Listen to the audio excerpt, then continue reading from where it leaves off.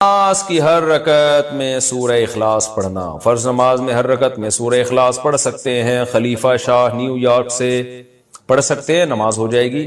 حدیث میں آتا ہے ایک صحابی نماز میں بار بار سورہ اخلاص پڑھتے تھے، آپ نے ان کو بلا کے پوچھا، انہوں نے کہا مجھے اس سے محبت ہے، تو آپ نے ان کو جنت کی بشارت دی۔ تو اگر کسی کو عقیدہ توحید سے محبت ہے، اللہ تعالیٰ کی توحید ہے، اس میں اس نیت سے پڑھتا ہے تو انشاءاللہ کوئی حرج نہیں ہے، لیکن نارملی یہ عمل ناپسندیدہ ہے۔ صحابہ نے شکایت بھی اسی وجہ سے کی تھی نا کہ نبی کا عام معمول یہ نہیں تھا، تو بہتر یہی ہے کہ ایک رکعت میں کوئی سورت پڑھیں، دوسری میں دوسری پڑھیں، تیسری میں تیسری سنتیں پڑھ رہے ہیں تو تیسری میں کوئی اور سورت، بہتر یہی ہے۔ کبھی کبھار اگر ہو جائے تو کوئی حرج نہیں ہے۔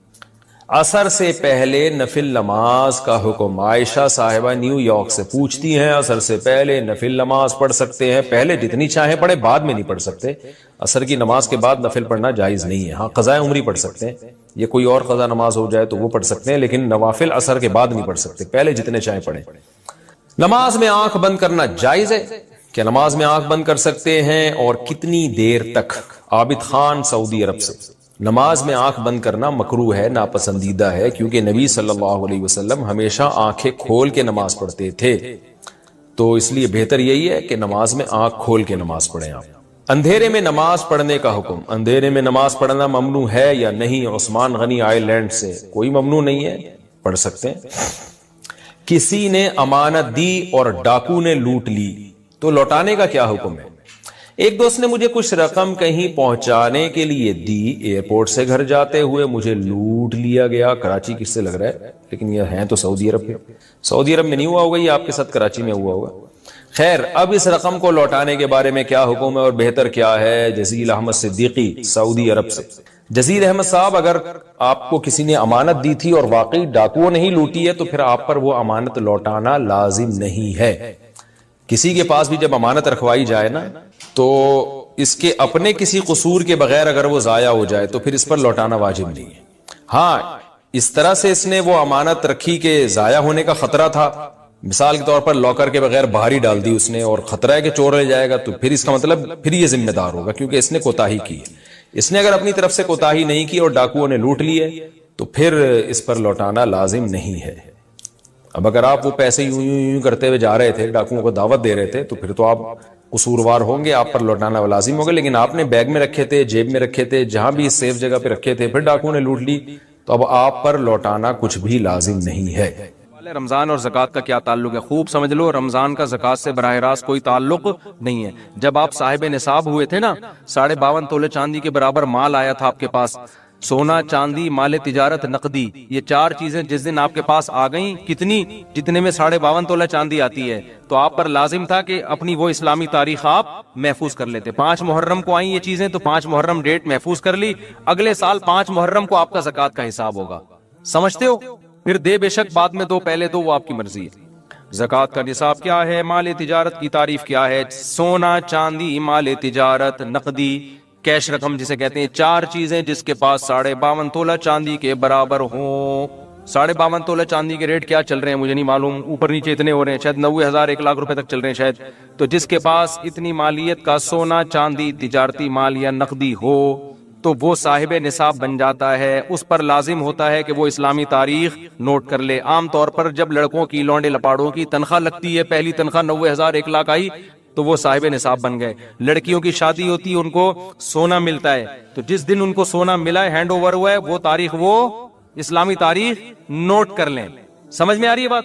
پھر ہر سال اسی تاریخ کے حساب سے زکوٰۃ دیا کریں۔ مال تجارت کی تعریف کیا ہے؟ مال تجارت اس مال کو کہتے ہیں جو بیچنے کے لیے خریدا ہو اور اب تک بیچنے کی نیت باقی ہو۔ آپ کی دکان ہے، کرائے پہ دی ہوئی ہے، دکان پہ زکوٰۃ نہیں ہے کیوں؟ کرائے پہ دی ہوئی ہے۔ آپ کی گاڑی ہے، کرائے پہ دی ہوئی ہے، زکوٰۃ نہیں ہے کیوں؟ کرائے پہ دی ہوئی ہے۔ ہاں، گاڑی آپ نے خریدی ہے کہ بیچ دوں گا میں، خریدتے ہوئے بیچنے کی نیت تھی تو اس گاڑی پہ زکوٰۃ دینا واجب۔ ہاں، گاڑی آپ نے خریدی اپنے لیے، ارادہ ہوا کہ جب بیچنے کا موڈ ہوا تو بیچ دوں گا، یہ مال تجارت نہیں ہے کیونکہ خریدی کس لیے؟ بیچنے کے لیے، ضرور استعمال کے لیے۔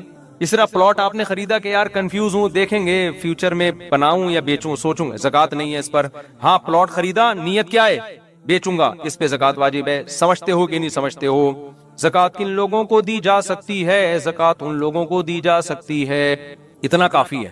سمجھتے ہو؟ غریبوں، غریب ہونے کے لیے کیا ہے کہ 5 چیزیں، 4 چیزیں تو وہی جو زکوٰۃ والی ہیں،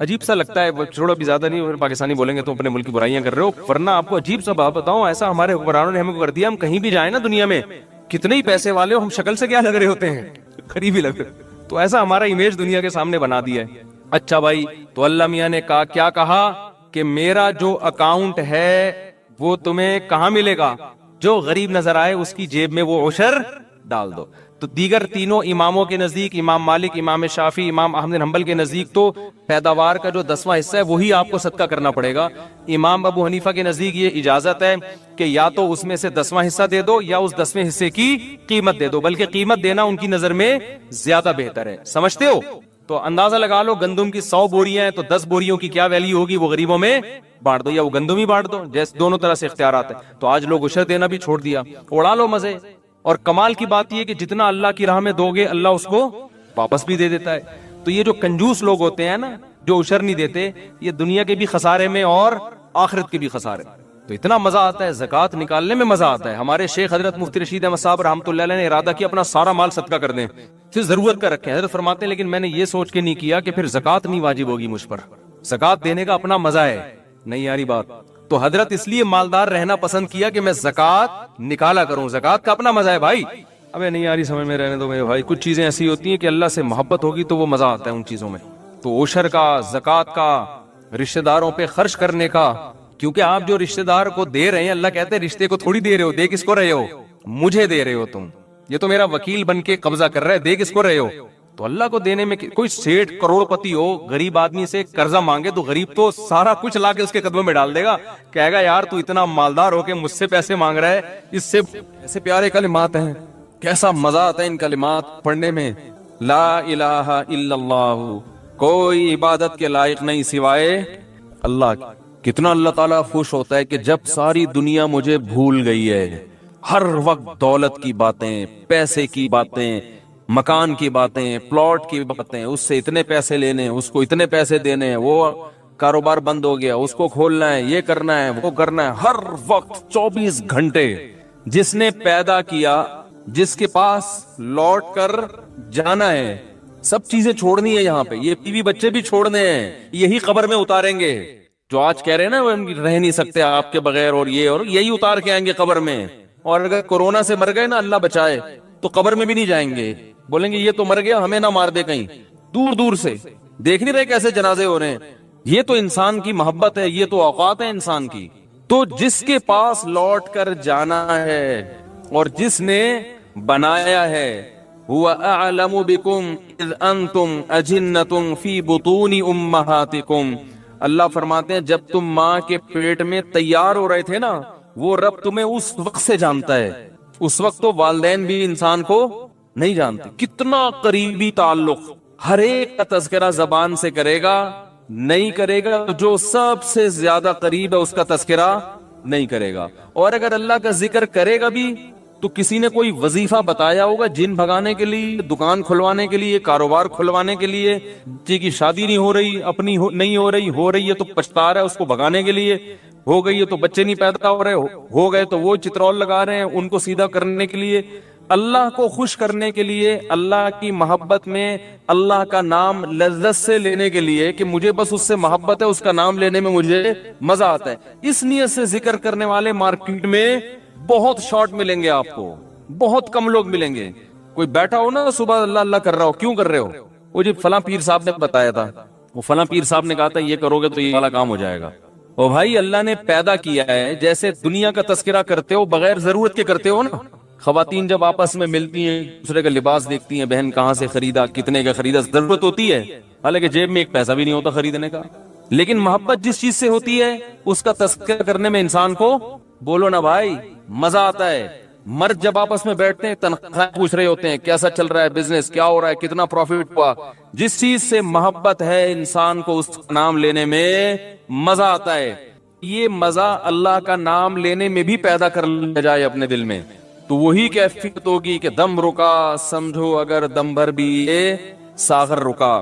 میرا دور زندگی ہے جو یہ جو دور جام ہے۔ حضرت فرمایا کرتے تھے، ہمارے حضرت جب بیان کرتے نا اور اللہ کی محبت میں کبھی کوئی شعر سنا دیا تو پورا موضوع ان کا چینج ہو جاتا تھا۔ جیسے میں شادیوں پہ آتا ہوں نا، اگر تو پورا موضوع میرا کیا ہو جاتا ہے؟ ارے جہنم کی بات چل رہی ہو، وہاں کی ہولناکیاں چل رہی ہوں، سانپ بچھو، اور کسی نے شادی کی بات کر لی تو ہمارا پورا ٹاپک چینج ہو جاتا ہے نا. تو ہمارے حضرت کا جب بیان ہوتا تھا کہیں سے اللہ کی محبت کا کوئی تذکرہ آ گیا، اللہ کی نعمتوں کا، پورا بیان چینج.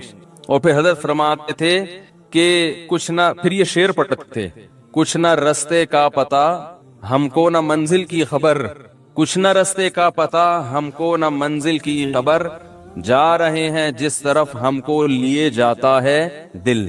یعنی ہمیں نہیں پتہ اب ہم نے کہاں جانا ہے، اب تو ہمیں دل لے کے جدھر جا رہے ہیں ہم وہاں چل رہے ہیں، دل گھسیٹ رہے ہیں. تو اللہ کی محبت میں یہ حال کہ اب دل جہاں لے کے جائے گا وہاں، تو دل تو یہی کہہ رہا تھا بس اللہ کا تذکرہ کرو بیٹھ کے. تو اسی طرح یاد رکھیں، یہ جو اہل اللہ جو دعا مانگتے ہیں، یہ دنیا داروں کی عادت ہوتی ہے. دعا مانگ رہے ہیں قبول نہیں ہو رہی، ہم تو کام ہی نہیں بن رہا، 20 سال سے شادی کر رہے ہیں شادی نہیں ہو رہی، 20 سال سے کاروبار کی دعا مانگ رہے ہیں، کاروبار نہیں مل رہا، 25 سال سے یہ دعا مانگ رہے ہیں، یہ نہیں ہو رہی. یہ دنیا داروں کی عادت ہے. اہل اللہ کہتے ہیں دعا مانگنے کی توفیق مل رہی ہے، بس اس سے بڑی کوئی نعمت نہیں ہے، کچھ نہ ملے ہمیں. حضرت عمر رضی اللہ تعالیٰ عنہ کا قول ہے نا کہ مجھے اس سے غرض نہیں ہے کہ میری دعائیں قبول ہو رہی ہیں کہ نہیں ہو رہی، مجھے اس کی فکر ہوتی ہے کہ دعا مانگنے کی توفیق مل رہی ہے کہ نہیں مل رہی. اگر اللہ اپنے سامنے ہاتھ اٹھا کر دعا مانگنے کی توفیق دے رہا ہے، اتنی بڑی نعمت ہے کہ اس نعمت کے بعد مزید ہمیں کچھ نہیں چاہیے. بھائی اللہ توفیق دے میرے سامنے ہاتھ اٹھا کے مانگو، تو یہ ہر ایک کو تھوڑی ملتی ہے توفیق. آج دنیا میں دعائیں مانگنے والے سب سے کم ہیں، سب سے کم. ایک تو مانگتے نہیں، اوپر سے مانگتے ہیں تو ایسے بد دلی کے ساتھ کہ وہ دل ہی نہیں لگ رہا ہوتا ان کا. اور پھر 2-4 دفعہ مانگے، بولے قبول، جا کے دیکھیں قبول ہوئی ہے کہ نہیں ہوئی ہے. رزق مانگے کہ اللہ مجھے اس کی حلال کشاد عطا فرما، اس کے بعد بٹوہ نکال کے چیک کر رہے ہوں گے، یار کچھ بھی نہیں آیا، ویسے کے ویسے ہی ہیں. کاروبار لاک ڈاؤن کی وجہ سے ٹھپ ہوا ہوا ہے، بزنس کا بیڑا غرق ہوا ہوا ہے. تو بھائی جو اہل اللہ ہیں وہ کہتے ہیں دیکھو جتنا تعلق دعا کے وقت انسان کا اللہ کے ساتھ ہوتا ہے نا، اتنا کسی اور چیز میں نہیں ہوتا. براہ راست اللہ سے اپنی زبان میں مانگ رہا ہے. بھائی ذکر میں تو کم از کم اتنا ہوتا ہے کہ ترجمہ نہیں آتا تو پتہ ہی نہیں ہوتا کیا پڑھ رہا ہوں میں، لیکن جب دعا مانگ رہا ہوتا ہے تو براہ راست اللہ سے تعلق، یہ تو بہت گہرا تعلق ہے. تو دعاؤں میں جان ختم، دعاؤں میں لذت، بولو نا بھائی، ختم. جب اللہ سے تعلق ہی کمزور پڑتا چلا جائے گا تو بھائی پھر جو اللہ کو خوش کرنے کے لیے جو اعمال اللہ نے بتائے وہ کہاں سے پورے ہوں گے؟ وہ تو ہو ہی نہیں سکتے پورے. تو اس لیے ذکر اللہ کو ہلکا نہیں سمجھنا چاہیے. میں وہ ترجمہ بتا رہا تھا کہ چوتھے کلمے کا لا الہ الا اللہ، کوئی عبادت کے لائق نہیں سوائے اس اللہ کے، لہ الملک، اسی کے لیے بادشاہی ہے، وَلَهُ الْحَمْدُ، تعریف صرف اسی کے لیے. یہ جو کہتے ہیں فلاں بھی اچھا، فلاں پیسہ اچھا، فلاں کی گاڑی اچھی، فلاں کی بلڈنگ اچھی، فلاں کا پلاٹ اچھا، بحریہ ٹاؤن کا مکان اچھا، اسلام آباد کی رہائش اچھی، تو لہ الحمد، اے اللہ تعریف کے قابل صرف کون ہے؟ تو، باقی سب مٹی فنا ہونے والی چیزیں. او بھائی بحریہ ٹاؤن کا جو مالک ہے کل وہ بھی قبر میں اترے گا. ہم اور آپ کس کھیت مولی ہیں؟ 2-4 بنگلے بن گئے بحریہ ٹاؤن میں، 8-10 پلاٹ ہو گئے، وہ آدمی تمیز سے بات کرنا ہی چھوڑ دیتا ہے. بات میں بتا رہا ہوں، بحریہ ٹاؤن میں رشتہ لینے بھیجے گا، بحریہ ٹاؤن میں پلاٹ، تو رشتہ لینے بھیجنے کی پھر ضرورت نیٹ پہ ڈال دے، ٹھیک ہے نا؟ ایسا ہی ہے نا، رشتے خود آئیں گے، دھکے دے دے کے آئیں گے. ہٹو بھائی آپ کے لیے. وہ جو لوگ مجھے کہہ رہے تھے رشتہ تلاش کر رہے ہیں، مل نہیں رہا، میں کہہ رہا ہوں تمہاری جیب میں کچھ ہے ہی نہیں تو رشتہ کہاں ملے گا؟ کہہ رہے ہیں استخارہ بھی نکال لیا پھر بھی نہیں مل رہا. استخارہ نہیں نکالو، پیسے نکالو، پیسے نکالو گے تو رشتہ ملے گا. اور اگر پیسے نہیں ہیں تو پیغام بھیجو، صبر کرو، اگر کوئی قبول کرے ٹھیک ہے، نہیں کرے تو صبر کرو. دنیا مسافر خانہ ہے بھائی، 4 شادیاں کرنی ہیں، لیکن جو جس چیز کی چاہت ہے ضروری تھوڑی کہ وہ پوری بھی ہو جائیں. کوشش کرنے کا میں مشورہ دیتا ہوں. شادی ہو بھی جائے گی اس کی کوئی گارنٹی نہیں ہے، اور ہو کے نبھا بھی پائیں گے اس کی بھی کوئی گارنٹی نہیں ہے. اب لیلۃ القدر میں شادی پھر شروع ہو گئی، تو مسائل یہی چل رہے ہیں نا. تو اللہ نے اللہ کا کیا فرمایا کہ لہ الملک ولہ الحمد، اے اللہ تیرے لیے ہی بادشاہی اور اسی کے لیے حمد. یحیی و یمیت، اتنا زبردست قدرت والا کہ تو آزاد آزاد آزاد آزاد آزاد. اس قانون کی بیس اچھی ہے. قانون کی بنیاد کا مطلب، بیس اچھی کا مطلب بیس جو ہے کہ سب کو آزادی ملنی چاہیے. اس کے پیچھے جذبہ اچھا ہے. بیس اچھی تو نہیں کہیں گے ہم، جذبہ کیا ہے؟ جذبہ اچھا ہے. بھئی کیوں ایک دوسرے کا ہم کسی کو غلام بنائیں, اولاد کو ہم مجبور کریں ماں باپ کی خدمت کرے, ماں باپ کو مجبور کریں اولاد کی خدمت کرے, بہن معذور ہو جائے تو بھائی کی ذمہ داری ہے بہن کو پالے وغیرہ وغیرہ. تو سب انڈیویجول ہیں, سب کیا ہیں, آزاد. لہذا یہاں سے لوگ گھٹن کے, یہاں ہمارے کچھ ریلیٹو آتے ہیں نا امریکہ سے ادھر, کہتے ہیں کیسے گھٹن کا ماحول ہے پاکستان میں. وہ کہتے ہیں کیسی گھٹن کا ماحول ہے. خاص طور پہ خواتین کو بہت برا لگتا ہے پاکستان, اور سعودی عرب بھی برا لگتا ہے. کچھ نہ کچھ تو وہاں بھی ابھی بھی کچھ نہ کچھ پابندیاں ہیں نا, اسکارف کا تھوڑا بہت ہے مکہ مدینہ میں خاص طور پہ. کیسے گھٹن کا ماحول. ایک بڑی لبرل انٹی کا فون آیا جب میں فون اٹھایا کرتا تھا, مجھ سے صاحب میں اسلام آباد میں ہوں, آپ سے کچھ مسائل میں نے پوچھنے ہیں. تو میں نے کہا میں تو کراچی میں ہوتا ہوں, آپ اتوار کو آ جائیں اثر میں. نہیں ایکچولی میں یو ایس اے جا رہی ہوں, یہ بہت گھٹن کا ماحول ہے, میں نہیں رہ سکتی. بڑے اسٹائل مجھے ان کا یاد رہ گیا. میں یہاں اسلام آباد کا کہہ رہی ہے کہ کیسا ماحول ہے, گھٹن کا ماحول, میں یہاں نہیں رہ سکتی. میں نے کہا یہاں کیا گھٹن ہے, آپ کو سانس نہیں آ رہا ہے؟ اسلام آباد میں تو آکسیجن بھی اچھی خاصی ہے درخت. نہیں ایکچولی یہاں ریسٹرکشنز بہت ہیں, میرے ڈیڈی ماما پاپا مجھے اتنی پابندیاں لگاتے ہیں کہ تم یہاں نہیں جاؤ, تم یہاں نہیں جاؤ. وہ یہی اسٹائل تھا اس کا. بات بھی پرانی ہو گئی, اب کسی کو نہیں پتا چلے گا کس کی بات ہو رہی. میں قصہ جب ریٹائر ہو جاتا ہے نا تو بیان کرتا ہوں. ریٹائرمنٹ کے بعد قصہ بیان کرو تو پتہ ہی نہیں چلتا کس کا قصہ ہے. پتہ چل بھی جائے تو کون کیا اکھاڑ لے گا بھائی. تو ایکچولی یہ جو ہے نا یہاں گھٹن کا ماحول ہے, اور بہت یہاں پہ ریسٹرکشنز ہیں. ان کا مقصد یہ تھا, یہاں شادیوں میں ڈانس کرتے ہوئے بھی آدمی دیکھ رہا ہوتا ہے, ابا تو نہیں دیکھ رہے ہیں کوئی زیادہ گھور. یہاں تو ہم لوگ تو دیسی ہیں نا, کسی لڑکی کو ڈانس کرتا ہوا دیکھے کچھ لوگ دیکھتے ہی رہ جاتے ہیں, اٹھتے ہی نہیں. تو انگریزوں میں بدنظری نہیں ہے, وہ یہ چھچوری حرکتیں نہیں کرتے, وہ ڈائریکٹ نائٹ کلب چلے جاتے ہیں جس کو خواہش ہو. نہیں تو ہمارے یہاں کوئی اگر کوئی اسکرٹ پہن کے بھی گھوم رہی ہو تو پورا گھر تک پہنچاتے ہیں اس کو, پورا گھر تک پہنچا کے آتے ہیں. تو اس نے کہا ایسی گھٹن کا ماحول ہے یہاں, ڈریسنگ بھی یہاں وغیرہ وغیرہ, جو بھی آج کل لبرل انٹیوں کے مسائل چل رہے ہیں آج کل. تو اس لیے یونائٹڈ نیشن نے جو لا بنائے ہیں گھٹن ختم کرنے کے لیے. کیا ختم کرنے کے لیے؟ گھٹن ختم ہو بھائی, جیل نہ ہو, یہ آزاد. تو یہ اس کے پیچھے جذبہ ہے ہیومن رائٹس. ماں باپ سے اولاد آزاد, اولاد سے ماں باپ آزاد, بیوی سے شوہر آزاد, شوہر سے بیوی آزاد, سب. تبھی اتنے رائٹ سے تھینک یو سے ہی بات کرنی ہے. پھڈا ہو جائے تو ہاتھ لگانے کی اجازت نہیں. ہمارے ہاں تو طبیعت سے کوٹنے کے بعد سوچ رہے ہوتے ہیں کہ پولیس کو بلائیں, اب کیا کریں ہم. اور گالیاں ہمارے یہاں اتنی پاورفل ہیں کہ کوٹنے کی ضرورت ہی نہیں ہے. اتنی پاورفل گالیاں ہمارے یہاں ہیں کہ شریف آدمی تو اسی سے ہی بے ہوش ہو جائے. یہ ایک دوسرے قسم کے قوانین ہیں. یا تو آپ اس قوانین ان کو, جو ہمارا اکثر سیکولر اور لیبرل طبقہ سمجھتا ہے کہ یہ انسانیت کے لیے اس میں کیا ہے, بھلائی ہے, انسانیت کے لیے اس میں کیا ہے, بھلائی ہے, تبھی ان کو وہاں کا ماحول آزادی والا رکھتا ہے. اور یہاں گھٹن فیل ہوتی ہے ان کو, بہت ٹینشن میں آتے ہیں, ڈپریشن میں جاتے ہیں. یار کیا ہے, خواتین کہتی ہیں ہم آدھے کپڑے پہنتے ہیں تو ہمیں ٹھرکی لوگ گھور گھور کے دیکھنے لگتے ہیں, بلکہ ٹھرکی کیا سارے ہی دیکھ رہے ہوتے ہیں. تو ہم آزاد. ایک کسی نے بتایا کہ وہ کہہ رہے ہیں ہم امریکہ سے سعودی عرب گئے, وہاں سعودی عرب میں اپنی وائف کے ساتھ گھوم رہا تھا, سارے عربی شیخ جو ہے نا گھور گھور کے میری بیوی کو دیکھ رہے تھے. تو وہ ایسے ڈریسنگ میں تھے نا, تو کیونکہ وہ عربیوں نے کبھی اس طرح کی ڈریسنگ وہاں دیکھی نہیں.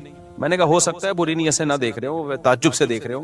بہرحال شیخوں کے بارے میں کچھ بھی کہا جا سکتا ہے کہ کس نیت سے دیکھ رہے تھے وہ, کیا خیال ہے. ہم نے تو اچھی تعویل کی کہ بھائی اچھی نیت سے دیکھ رہے ہوں گے کہ یار یہ عجوبہ کیا ہے. تو میں نے کہا آپ کو ضرورت کیا تھی, جب آپ کو پتا ہے یہاں یہ کلچر نہیں ہے تو آپ پورے پراپر ڈریس میں گھما لیتے اس کو. خیر, تو تیسری قسم کے قوانین ہیں اسلام کے. تیسری قسم کے قوانین کس کے ہیں؟ اسلام کے. اسلام کے قوانین کی بیس پتہ ہے کیا ہے؟ یونائٹڈ نیشن کی جو قوانین ہیں ان کی بیس ہے آزادی. ان کی بیس سمجھ میں آ گئی؟ آزادی. اس آزادی کو سامنے رکھ کر قانون سازی کی گئی ہے کہ اگر ماں باپ کے حقوق ہیں, دوستوں کے حقوق ہیں, تو اللہ کے سب سے زیادہ ہونے چاہیے. تو وہ غیر مسلم جو مسلمان ہوا نا, اس نے بتایا کہ سب سے پہلے تو 5 نمازیں ہیں بھائی. ہم اگر اللہ کو مانیں تو اللہ سے ریلیشن تو ہو. تو یہ اسلام ہے جو ہمیں 5 دفعہ مسجد میں لے کر آتا, اور لاتا کتنے بہترین اسٹائل کے ساتھ ہے. کیسے بہترین انداز کے ساتھ لاتا ہے اسلام. یہ بھی ہو سکتا تھا کہ خامخواہ کی قربانی دلوائی جاتی کہ 5 دفعہ تم نے الٹے لٹکنا ہے تاکہ پتہ چل جائے تمہارا اللہ سے کیا ہے, ریلیشن ہے. تو یہ بھی تو قربانی ہوتی کہ نہیں ہوتی, لوگ دلوا رہے ہوتے ہیں. فوج میں نا جب ہم جو این سی سی کی ٹریننگ کی ہے نا کالج میں, تو وہ فوجی صوبے دار ہمیں ٹریننگ دیتے تھے. تو وہ یہ ثابت کرنے کے لیے کہ میں آفیسر ہوں, بعض دفعہ خام میں ڈنڈ پہ لو بیٹھ کے, چلو بھائی اب فوجیوں میں ہوتا ہے نا تاکہ آفس کے آرڈر کو فالو کرنے کا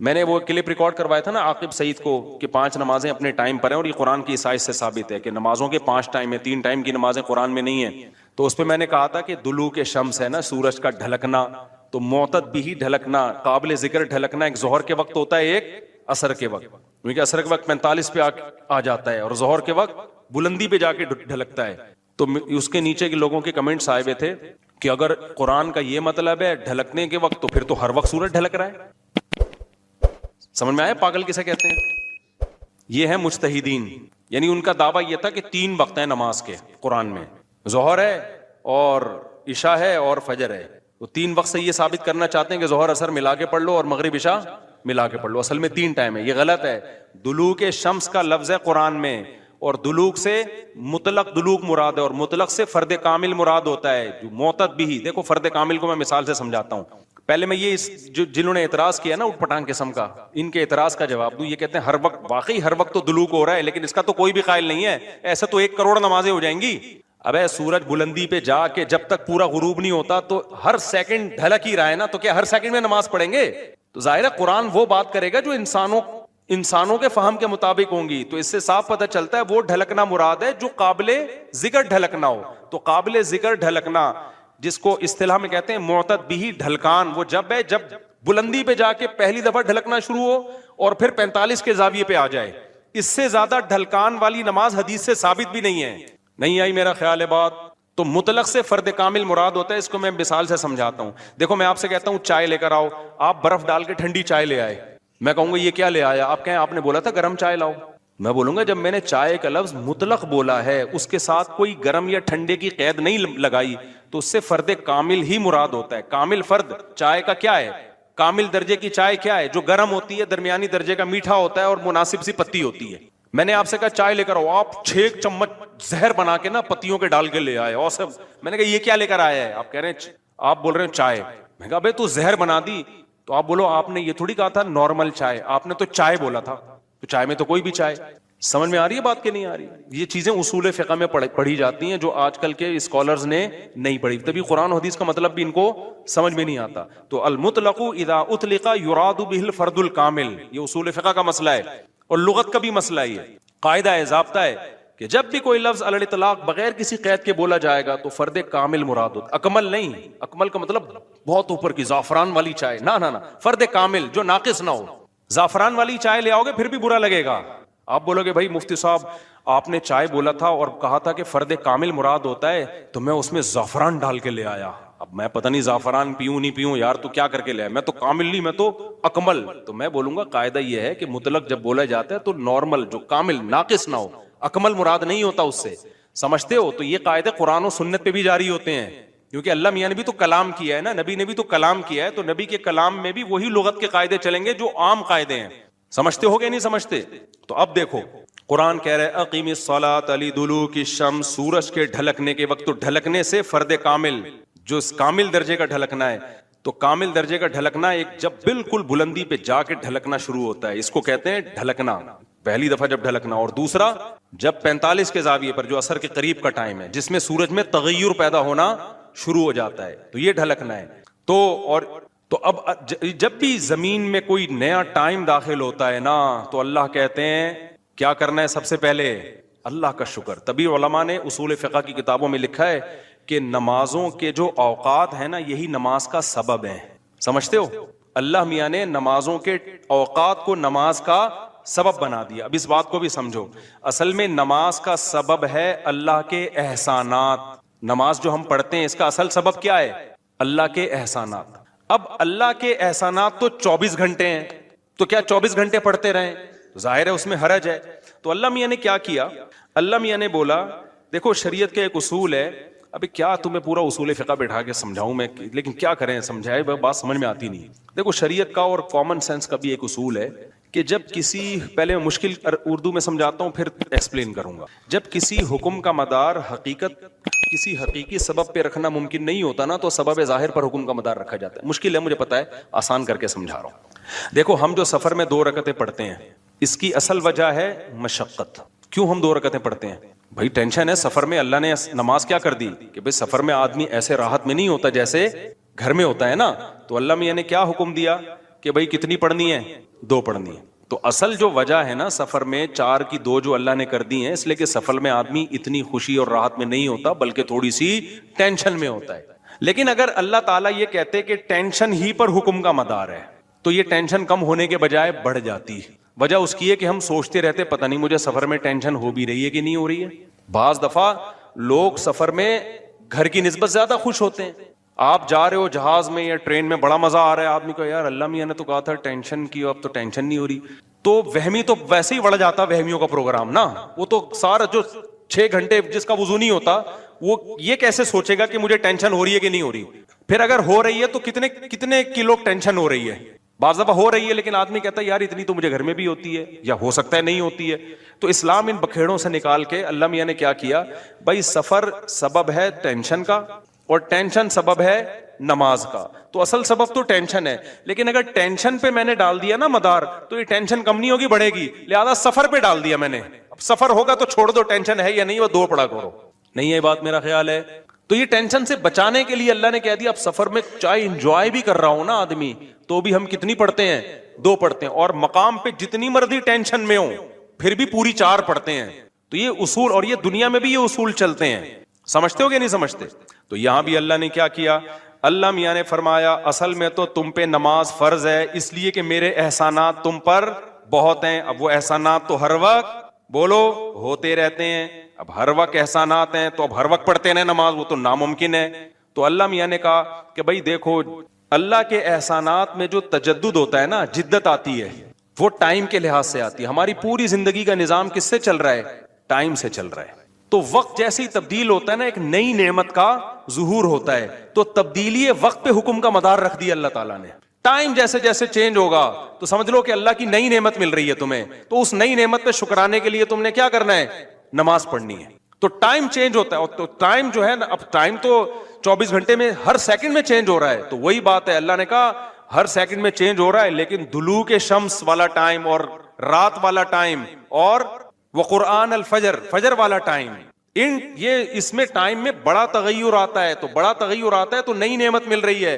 اور لہذا جب نئی نعمت مل رہی ہے، حقیقت میں نہ بھی مل رہی ہو اور حقیقت میں اس سے پہلے بھی مل رہی ہو نہیں، لیکن اب فرض یہ کر لیا گیا ہے کہ جب ٹائم چینج ہوگا تمہیں نئی نعمت ملے گی، اور نئی نعمت ملے گی تم پر لازم ہے کہ اللہ کا شکر ادا کرو آگے. تو اس لیے علماء نے اس مسئلے کو بڑا اچھا سمجھا، اصول فقہ میں ایکسپلین کیا ہے کہ نمازوں کا جو سبب ہے نا وہ کیا ہے؟ اوقات کی تبدیلی. جیسے 2 رکعتوں کا سبب سفر ہے، حالانکہ اصل میں نہیں ہے، اصل میں تو کچھ اور ہے، لیکن اب اللہ نے کیا بنا دیا سفر کو.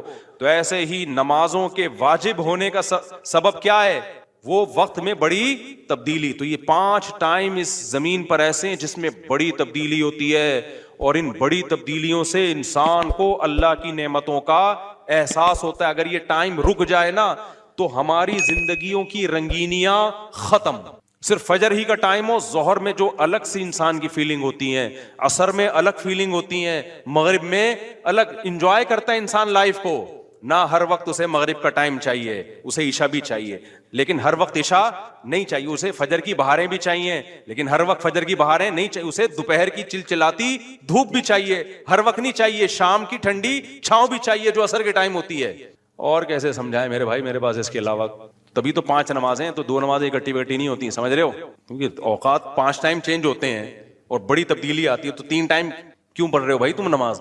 باقی قرآن و حدیث کے حوالے کیا ہیں وہ میں انشاءاللہ بھی ریئیکشن ریکارڈ کرواؤں گا، اس پہ وہ آ جائیں گے. تو میرے بھائی، تو یہ اسلام ہے جو ہمیں کہتا ہے کہ جب وقت میں بڑی تبدیلی ہوگی تو تمہیں اللہ کی نعمت کو واقعی ہوتا بھی ہے. آپ رات کو سو جاؤ ٹائم پہ، صبح صادق کا وقت جب ہوتا ہے نا، نیند پوری ہوتی ہے. خدا کی قسم دل میں ذرا سی بھی اللہ کی محبت کا جذبہ ہونا تو انسان کے دل میں اللہ کی محبت کی چنگاریاں پیدا ہوتی ہیں صبح کے ٹائم کو دیکھ کے کہ میرے رب نے مجھے رات کو سلا دیا اور بالآخر اب سورج دوبارہ سے نکل کے اپنی ذمہ داری پوری کرنے والا ہے.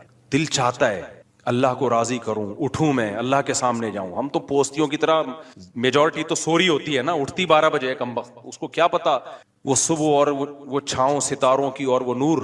شاعر نے کہا تھا، اگلا مصرع بھول گیا کیونکہ نبی میں رٹا لگا کے یاد کیا تھا 9th کلاس میں اردو ادب میں. وہ صبح اور وہ چھاؤں ستاروں کی اور وہ نور دیکھے تو غش کرے ارینی گوئے اوجے تور. واہ واہ، اب یاد آ گیا. آپ کو سمجھ میں نہیں آیا ہوگا کیونکہ اردو برباد ہو رہی ہے. شاعر نے کہا ہے ارینی موسیٰ علیہ السلام نے کوہ طور میں کہا تھا نا ارینی، اے اللہ مجھے اپنا جلوہ دکھا، تو گوئے اوج طور، طور کے پہلو سے جو آواز آئی تھی نا ارینی، تو وہ والا منظر، وہ روحانی منظر ہوتا ہے، وہ صبح اور وہ چھاؤں ستاروں کی اور وہ نور، یعنی ستاروں کی چھاؤں کے بعد جب صبح پیدا ہوتی ہے نا، تو وہ کوہ طور والا منظر، روحانی منظر پیدا ہوتا ہے جب کوہ طور سے موسیٰ علیہ السلام کی ارینی کی آواز آئی تھی۔ یہ شاعروں کا تخیل ہوتا ہے، کوئی میرے پہ توہین کا فتویٰ نہ لگا دینا بھائی۔ تو فتوے مارکیٹ میں توہین کے آج کل بہت ہلکے چل رہے ہیں، تو ہم اپنے بیان کی طرف چلتے ہیں۔ تو یہ 5 نمازیں اللہ نے کیا کر دی میرے بھائی؟ بولو، اصل تو عبادت اسلام میں ہے ہی نماز۔ اصل کیا ہے؟ 5 ٹائم دن میں۔ تبھی علماء کہتے ہیں معاف ہی نہیں ہوتی ہے، کبھی موت تک چلتی رہتی ہے، کیونکہ ٹائم آتا رہتا ہے نا، ٹائم آئے گا تو نماز لازم ہوتی رہے گی، یا تو ٹائم روک لو۔